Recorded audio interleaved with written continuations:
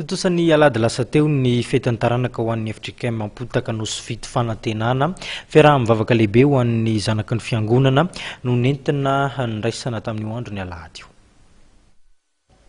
Fiaraha-mivavaka fanao mahazatra no notanterahana zanak'apelezina avy ao amin'ny FJKM Ampotaka Anosifito Fanantenana.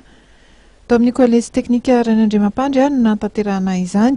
Nitarika ny fotoana moa ny mpitandrina rakotorimanana nirina. Ity mpitandrina ity kosa dia nitondra ny FJKM Ampotaka Anosifito Fanantenana nanomboka ny volana aprila lasa teo.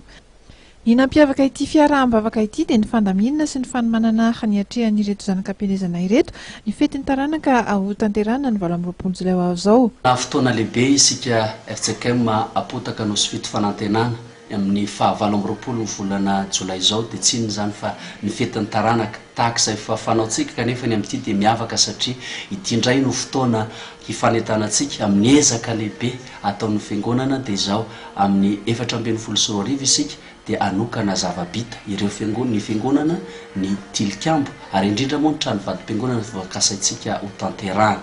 Ny fandaram-potoana amin'ny 20 ny volana Jolay io dia izao hisy ny rakitra isa taranaka, hisy ny fankasitrahana ireo fanambadianana aritra folo ka hatramin'ny 20 taona ary indrindra moa hisy ny sakafo mpifaliana irahantsika mizara sy ifanentanantsika ho fandraisana anjara mandritra izany fetin'ny taranaka izany. Koa manentana antsika rehetra zanaky ny fiangonana, manentana antsika rehetra taranaky ny fiangonana na FJKM Ampotaka Anosifito Fanantenana fa ity indray ny fotoana fanatrehantsika tava eny an-tanindrazana sy eny amin'ny fiangonana dia ny alahady 20 ny volana Jolay fetin'ny taranaka.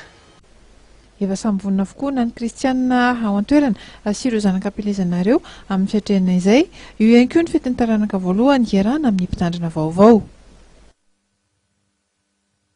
Iny maresaka iraisam-pirenena iny ihany koa no isarahantsika tokolo azy topoko vavy fisaorana feno natolotra ho anao nanaraka hatramin'ny farany fampahalalam-baovao ho amin'ny rapitso amin'ny 8 indray ny fotoana veloma.